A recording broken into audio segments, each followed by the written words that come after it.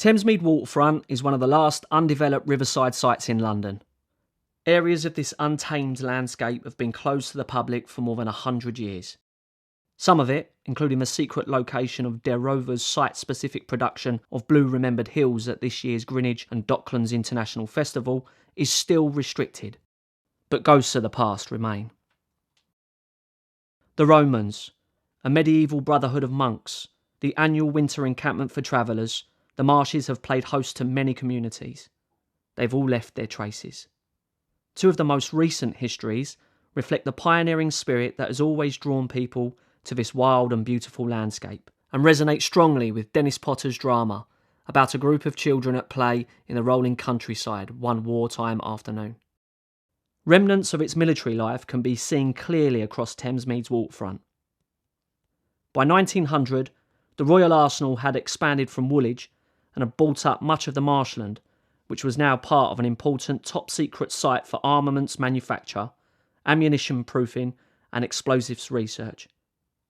Technical innovation and output at the Arsenal was unmatched.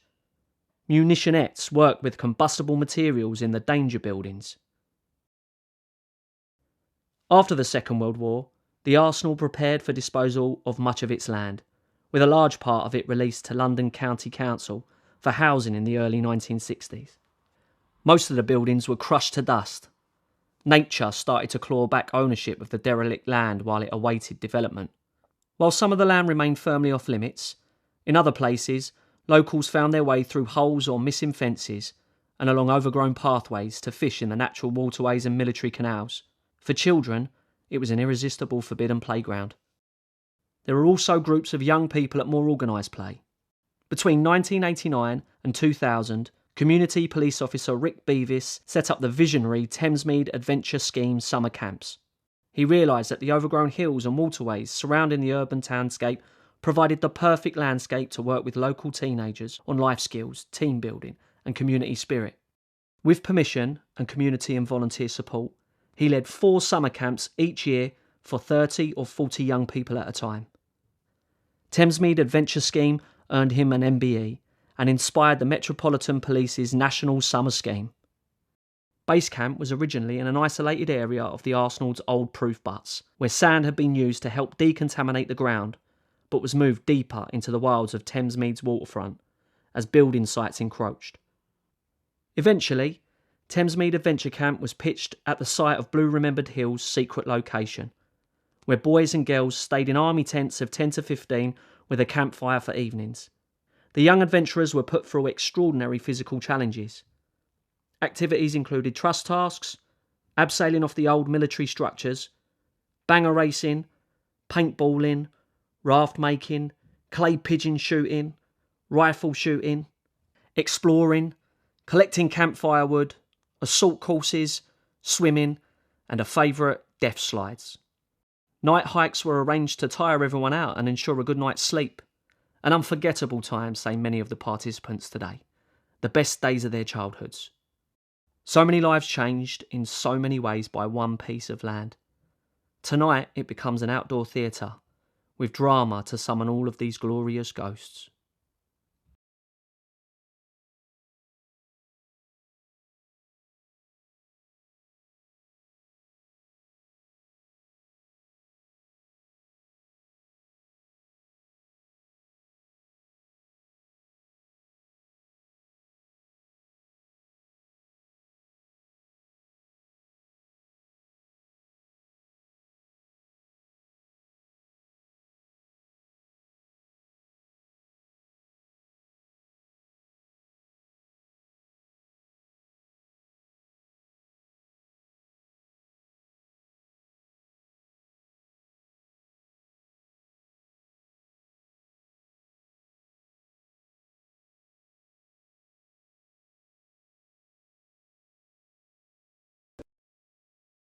I started talking to Lift about 9 months ago, and I'd known about Duke Riley's practice and about his project Fly By Night in New York. And Lift were basically, after very much wanted to bring this project to London and needed to find a riverside location. It's about the cultural identity of Thamesmead. It's got, kilometres of river frontage that is just, this kind of like untapped wilderness.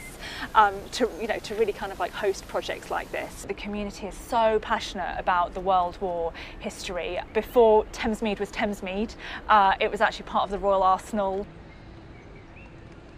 Growing up in Thamesmead, it wasn't that stereotype for me because I was in the green area, so people think of Thamesmead as being grey and a concrete jungle.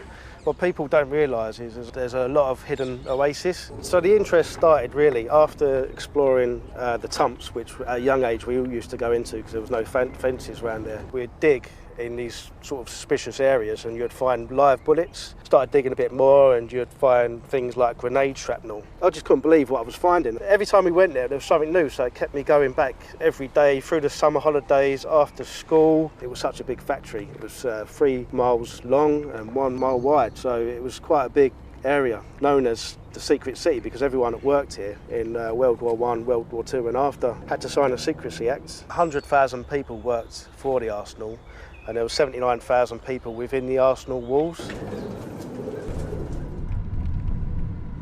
This is still home for me. I lived here for like 20 years. For the site to actually be used again, because it was quite sad to see how run down it became after the golf course did shut. So it's quite nice to see the site be used again for something creative in a way.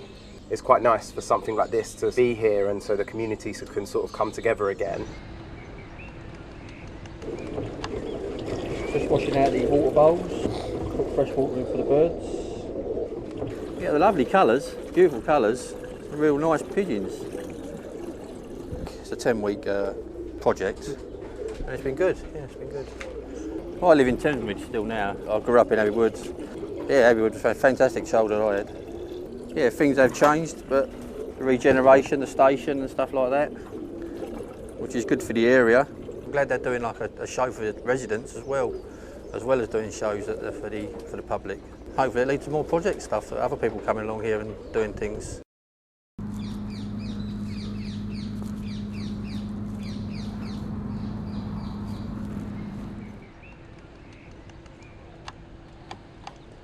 To me, when I'm doing a project, the area has to have the right cultural and historical significance. Particularly World War I was a significant point in time where all of these different forms of technology had advanced incredibly fast. All of a sudden we were using airplanes and submarines and poison gas, but communication technology had remained pretty much exactly the same. So that was one of the reasons why pigeons played such a crucial role in that conflict, and I think that that's extremely interesting to think about now because we're in a time where the exact opposite is happening 100 years later, and 100 years is not really that long of a time.